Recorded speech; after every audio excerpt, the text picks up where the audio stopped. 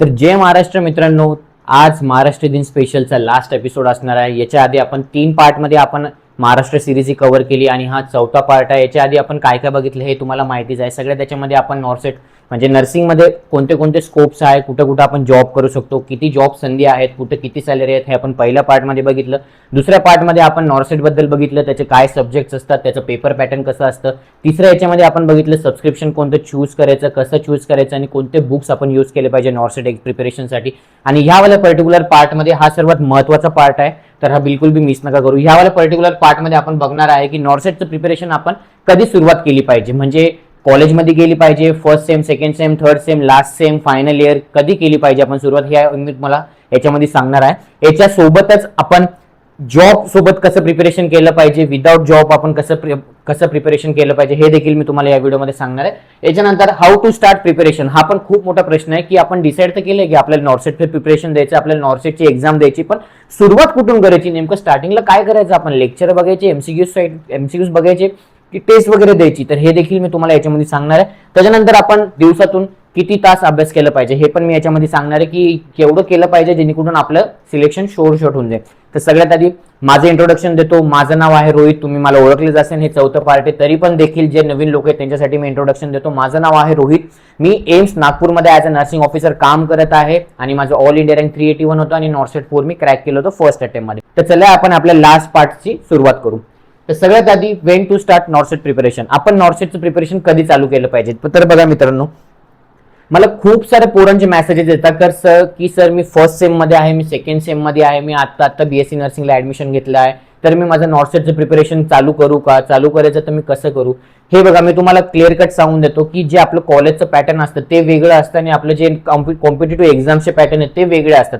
Competitive एक्झामचे सगळे pattern computer based असतात आणि ते एमसीक्यूज असतात आणि आपल्या कॉलेजमध्ये पूर्ण थिअरी असते, आणि जे आपल्या कॉलेजमध्ये जी थिअरी असते, जो सिलेबस असतो तो खूप कमी असतो, म्हणजे तो फक्त 20 to 30% सिलेबस असतो। आणि जो कॉम्पिटेटिव्ह एक्झाम मध्ये जे नॉर्सेट लेवलचे एक्झाम असतात ते खूप डीप लेवलचं त्याच्यामध्ये विचारलं जातं। आणि आपण असं आहे ना की कॉलेजमध्ये आपल्याला खूप वेगळे सत्र कामं असतात, जसं असाइनमेंट असतात, क्लिनिकल ड्युटीज असतात, आपल्याला खूप सारे वेगळे कामं असतात। आणि त्याच्यामध्ये आपण जर फर्स्ट म्हणजे कॉलेजच्या पिरियड पासूनच जर आपण कॉम्पिटेटिव्ह एक्झामची प्रिपरेशन करायला लागलो तर ते थोडंसं दोन वेगवेगळे असे फील्ड होऊन जातील, म्हणजे फील्ड एकच आहे पण ते दोन वेगवेगळे असे पॅटर्न होऊन जातील। तर त्याच्यामुळे ते कॉम्पिटेटिव्ह एक्झामचा अभ्यासाचा इम्पॅक्ट आपल्या कॉलेजच्या याच्यावर ना पडावं, त्याच्यासाठी मी तुम्हाला हेच सजेस्ट करेन की तुम्ही जेव्हा फायनल इयरमध्ये येशाल, तुमच्या जे फायनल सेमचे जे एक्झाम होतील तो बेस्ट पिरियड असतो कॉम्पिटेटिव्ह एक्झामची प्रिपरेशन सुरू करण्याचा, कारण तुमचं बेसिक ऑलरेडी बिल्ड झालं असतं। आणि हा, मी तुम्हाला अजून एक सजेशन देईन, जर तुम्ही कॉलेजमध्ये आता ऍडमिशन घेतलं असेल, तुम्ही फर्स्ट सेम सेकंड सेम मध्ये असेल, तर मी तुम्हाला हेच सजेशन देईन की आपलं बेसिक तुम्ही फर्स्ट सेम पासूनच, कॉलेजच्या पिरियड पासूनच तुम्ही स्ट्रॉंग ठेवा। याने होईल की यांनी असं होणार की नेक्स्ट टाइम जेव्हा तुम्ही सबस्क्रिप्शन घेशाल किंवा तुमचं जर बेसिक एकदम स्ट्रॉंग असेल, तुम्हाला कोणतं सबस्क्रिप्शन वगैरे घ्यायची गरजच नाही पडणार, जर तुमचं बेसिक ऑलरेडी कॉलेज पिरियड पासून क्लिअर असेल, म्हणजे तुम्ही ऑलरेडी फर्स्ट सेम पासून जर लक्ष देत आले असाल तर तुम्हाला सबस्क्रिप्शन वगैरे घ्यायची काही गरज नाही। तुम्ही कोणत्या पण बुक मधून सारी थेअरी जरी वाचली, थोडंसं एक स्टेप आहे तुम्हाला इझिली समजून जाईल, कारण तुमचं बेसिक क्लिअर असणार। पण हा, जर तुमचं बेसिकच क्लिअर नसेल तर तुम्हाला सबस्क्रिप्शन घेणं अनिवार्य आहे, कारण सध्या जसं एवढं कॉम्पिटिशन वाढत चाललंय ना, कारण प्रत्येक एक्झामला 6-6 महिन्याला 1 ते 1.5 लाख लोक रोज फॉर्म भरत असतात नॉर्सेट एक्झामचे, आणि त्याच्यातून फक्त 3 ते 3.5 हजार सीट निघत असतात। तर कॉम्पिटिशन खूप वाढले तर तुम्हाला सबस्क्रिप्शन घेणं खूप जास्त गरजेचं आहे। पण जर तुम्हाला सबस्क्रिप्शन नसेल घ्यायचं तर तुम्हाला मी एकच सजेशन देईन की कॉलेज पिरियड पासूनच तुम्ही तुमचे बेसिक कन्सेप्टवर लक्ष द्या, फर्स्ट सेम पासूनच तुम्ही बेसिक कन्सेप्ट तुमचे क्लिअर ठेवा, जेणेकरून तुम्हाला नेक्स्ट समोर जाऊन जेव्हा तुम्ही कॉम्पिटेटिव्ह एक्झामची तयारी करशाल तेव्हा तुम्हाला। तर मित्रांनो, नंतर कॉलेज पास आउट झालेला सगळ्यात मोठा प्रश्न हा येतो की आम्ही जॉब सोबत प्रिपरेशन केली पाहिजे की विदाउट जॉब प्रिपरेशन केली पाहिजे। तर याच्यामध्ये मी तुम्हाला हाच सजेशन देईन, जर तुमची घरची फायनान्शियल कंडिशन ठीकठाक असेल तरच तुम्ही कोणता जॉब वगैरे कडे लक्ष द्या, किंवा जर तुमची फायनान्शियल कंडिशन स्टेबल असेल, घरचे 1-2 वर्ष काढू शकतात आरामात, तर मी तर तुम्हाला हेच सांगेन की तुम्ही पूर्ण फोकस तुमचं 1 ते 2 अटेम्प्ट तरी ऍटलीस्ट तुम्ही नॉर्सेट एक्झामला देऊन टाका आणि पूर्ण फोकस त्याच्यावरच ठेवा। 1 वर्षामध्ये तुम्ही 2दा तरी अटेम्प्ट त्याला देऊ शकणार, तर मला वाटतं हे मोर देन इनफ असेल। पण जर तुमची फायनान्शियल कंडिशन घरची नसेल ठीक, तुम्हाला जॉब करणं खूप जास्त इम्पॉर्टंट आहे पास आउट झालं तर मी तुम्हाला हे सजेशन करेन की ॲज अ ट्युटर म्हणून कोणत्या तरी अशा कॉलेजमध्ये लागून जा, जेणेकरून तुमचं पेमेंट पण तुम्हाला भेटेल आणि तुम्ही एकीकडं तुमचं प्रिपरेशन पण कंटिन्यू ठेवशाल। कारण जर तुम्ही प्रायव्हेटमध्ये जॉब करायला गेले तर तिथं खूप जास्त बिझी शेड्यूल असतं आणि तुम्हाला ड्युटी पिरियडमध्ये तुम्हाला वेळ भेटणारच नाही। अभ्यासा वगैरेकडे लक्ष द्यायला. तर मी तुम्हाला हेच सजेशन देईन, जर तुमची फायनान्शियल कंडिशन खूप वीक असेल, तुम्हाला जॉब करणे इम्पॉर्टंट आहे, तर ॲज अ ट्युटर तरी कोणत्या तरी प्रायव्हेट कॉलेजमध्ये जॉब करून घ्या, ज्यांनी तुम्हाला 12 ते 15 हजार रुपये सॅलरी पण भेटून जाईल आणि साईड बाय साईड तुम्ही तुमचं प्रिपरेशन पण करशाल. तर मी तुम्हाला हेच सजेशन देईन. त्याच्यानंतर येतं हाऊ टू स्टार्ट प्रिपरेशन. आता याच्यामध्ये सर्वात जास्त मोठा प्रश्न येतो की जर मी आज डिसाईड केलं की मला नॉर्सेटचं प्रिपरेशन करायचं आहे, तर मी नेमकं सुरुवात कुठून करावी, हा खूप मोठा प्रश्न येतो. तर सगळ्यात आधी मी तुम्हाला सांगेन, जसं मी तुम्हाला सांगितलं की जर तुमचं कॉलेजमधून पासूनच तुमचे बेसिक कन्सेप्ट तुमचे क्लिअर असेल, तर तुम्ही डायरेक्टली कोणतं पण एमसीक्यूचं बुक घेऊ शकता. त्याच्यामधून तुम्ही तुमची थिअरी कव्हर करू शकता आणि त्याच्यातूनच तुम्ही तुमचे एमसीक्यूज प्रॅक्टिस करू शकतात. नंतर एक्झामचे 2-3 महिने आधी तुम्ही कोणतं पण टेस्ट सिरीज वगैरे घेऊन तुमची टाइम मॅनेजमेंट, नेगेटिव्ह मार्किंग आणि ॲक्युरेसीवर तुम्ही ते काम करू शकतात. पण जर तुमचं बेसिक कन्सेप्ट क्लिअर नसेल, तर मी तुम्हाला सांगितलं की सबस्क्रिप्शन आपण कोणतं घ्यायला पाहिजे, कसं घेतलं पाहिजे. जर तुम्ही सबस्क्रिप्शन घेतलंय तर त्याच्यामध्ये पण मोठा प्रश्न आहे, सबस्क्रिप्शन तर घेतलंय पण आता याचा वापर कसा करावा. तर सगळ्यात आधी मी तुम्हाला सांगेन की 3 ते 4 महिने तुम्ही तुमचे मेजर सब्जेक्ट्सकडे लक्ष द्या. तुमचे मेजर सब्जेक्टचे जेवढे पण टॉपिक्स आहे, जेवढे पण सब्जेक्ट आहे, सगळे ते कव्हर करून टाका. नोट्स वगैरे तुमचे हँड रिटन एकदम प्रॉपर नोट्स बनवा. तुम्हाला मेजर सब्जेक्ट कव्हर करण्यासाठी 4 ते 5 महिने तरी मिनिमम लागून जातील. आता मेजर सब्जेक्टमध्ये फाउंडेशन येतं, MSN येतं, MSN मध्ये मेड्स आणि सर्जरी, नंतर ऑब्स अँड गायनी येतं, नंतर पिडॅट्रिक येतं, CHN येतं, फार्मॅकोलॉजी येतं. हे सगळे मेजर सब्जेक्ट आहेत. तर याचे सगळे लेक्चर्स कव्हर करण्यासाठी, बेसिक कन्सेप्ट पूर्ण लेक्चर्स आणि नोट्स तुम्हाला सर्व कव्हर करण्यासाठी ऍटलीस्ट 4 ते 5 महिने तरी लागतील.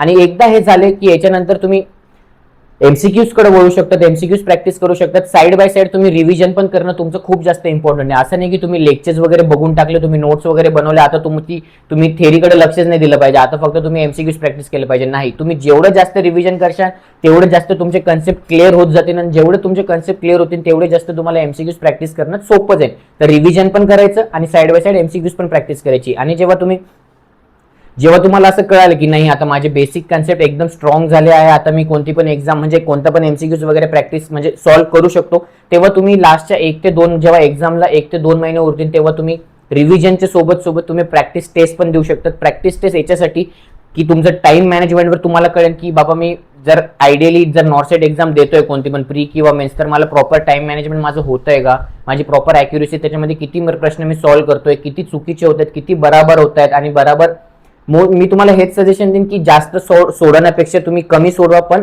ॲक्युरेसी म्हणजे जर तुम्ही 100 पैकी 80 प्रश्न सोडवणार असेल तर त्यातले तुमचे 70 ते 75 प्रश्न तरी ऍटलीस्ट बराबर पाहिजे. तर याची ॲक्युरेसीवर तुम्ही काम केलं पाहिजे. हे होतं जेव्हा तुम्ही प्रॉपर प्रॅक्टिस टेस्ट वगैरे देशाल आणि प्रॅक्टिस टेस्टचे एमसीक्यूज तुम्हाला तेव्हाच सोडवता येईल जेव्हा तुमचे बेसिक कन्सेप्ट क्लिअर असेल. तर मी तुम्हाला हेच सांगेन की 4 ते 5 महिने पहिले प्रॉपर थेअरी कंप्लीट करा, आपले नोट्स बनवा, त्याच्यानंतर 1 महिना तुम्ही एमसीक्यूज आणि रिव्हिजनला द्या आणि त्याच्यानंतर शेवटचे 1 ते 2 महिने तुम्ही प्रॅक्टिस टेस्टला द्या. प्रॅक्टिस टेस्टमध्ये पण तुमचं असं होईल की तुम्हाला नवीन कन्सेप्ट काहीतरी कळेल.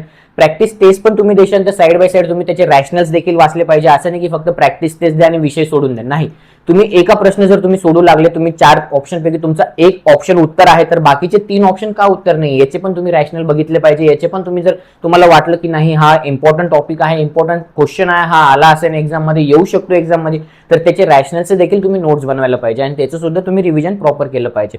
बाकी त्याच्यानंतर how many hours to study, आता हा खूप मोठा प्रश्न येतो. आता लोकांचं असं असतं की जर मी दिवसातून 6 तास अभ्यास केला तर माझं सिलेक्शन होईल का, मी दिवसातून 10 तास अभ्यास केलं तरच माझं सिलेक्शन होईल का. तर मी तुम्हाला सांगतो की तुम्ही जर विदाऊट जॉब प्रिपरेशन करत असेल किंवा विथ जॉब जरी करत असेल, तर मी तुम्हाला सांगतो की तुम्हाला दुसऱ्या गोष्टींसाठी वेळ काढून ते गोष्टी करायच्या. असं तुम्हाला अभ्यासासाठी वेळ नाही काढायचा, तुम्हाला अभ्यासामधून ते दुसऱ्या गोष्टींसाठी तुम्ही जर जॉब करत असेल तर तुम्ही तुमच्या 24 तासामधून तुम्ही 8 तासाचा जॉब करत असाल तर ते 8 तास तुम्हाला काढून ते जॉबसाठी द्यायचं. असं नाही की तुम्हाला दिवसभरातून वेळ काढून 6 तास काढून तुम्हाला अभ्यास करायचा नाही. तुमचा मेन फोकस, तुमचे मेन प्रायोरिटी फक्त तुमचा अभ्यास राहायला पाहिजे आणि त्याच्यामधून तुम्ही वेळ काढून दुसऱ्या कामासाठी द्यायला पाहिजे. कमीत कमी वेळ तुम्हाला जेवढं देते तेवढं तुम्ही द्यायला पाहिजे. बाकी मॅक्सिमम तुमचा 24 तासातून मॅक्सिमम वेळ तुम्ही फक्त अभ्यासावरच द्यायला पाहिजे. असं काही आहे टाइम नाही. जर तुम्ही मेन फोकस असेल, तुमचं माइंड एकदम प्रिपेअर असेल, तुमचं शोर शॉट म्हणजे तुमचे प्रायोरिटी सेट असेल की नाही मला नॉर्सेट क्रॅकच करायची, मला एक्झाम क्रॅक करायचीच आहे, तर तुम्ही असं वेळ वगैरे असं ठरवून अभ्यास नका करू. तुम्ही पूर्ण तुमच्या 24 तासातून तुम्हाला जेवढं वेळ तुम्हाला अभ्यासाला देते तुम्ही ते दिलं पाहिजे आणि त्याच्यामधून तुम्ही वेळ काढून दुसऱ्या कामाला ते वेळ द्यायला पाहिजे. तर हे होते आपलं लास्ट पार्ट होतं या सिरीजचं. तर होपफुली तुम्हाला ही सिरीज कामं आली असेल, हेल्पफुल आली असेल आणि तुम्हाला काहीतरी तुमच्या लाईफमध्ये फायदा होऊन जाईल. बाकी एवढ्या सिरीजमध्ये मी जेवढं पण काहीतरी सांगितलं तुम्हाला ते पर्सनली मी स्वतः फॉलो केलंय, मी ती स्ट्रॅटेजी अप्लाय केली होती, तर मी ती स्ट्रॅटेजी तुमच्यासोबत शेअर केली आहे. बाकी हा व्हिडिओ तुमच्या मित्रांपर्यंत पण पोहोचवा ज्यांना नॉर्सेटचं प्रिपरेशन द्यायचं आहे आणि त्यांना हे सगळे कन्फ्युजन आहे की कधी अभ्यासाला सुरुवात करायची, कशी करायची, कुठून सुरुवात करायची, किती तास आपण दिले पाहिजे, विथ जॉब आपण कसं केलं पाहिजे, जॉब केलं पाहिजे की नाही, हे सगळं जर तुम्हाला मित्रांना पण डाऊट असेल तर त्यांना पण हा देखील व्हिडिओ शेअर करा. बाकी तुम्ही या चॅनलवर नवीन असेल तर सबस्क्राईब करा आणि इंस्टाग्रामवर पण मला फॉलो करून टाका. बाकी भेटूया आपण नेक्स्ट टाइम नेक्स्ट सिरीजमध्ये. बाकी ही सिरीज तुम्हाला कशी वाटली मला नक्की फीडबॅक द्या, कमेंटमध्ये द्या किंवा मला इंस्टाग्रामवर तुम्ही डायरेक्ट मेसेज करू शकता. तर भेटूया आपण नेक्स्ट सिरीजमध्ये. All the very best. जय महाराष्ट्र.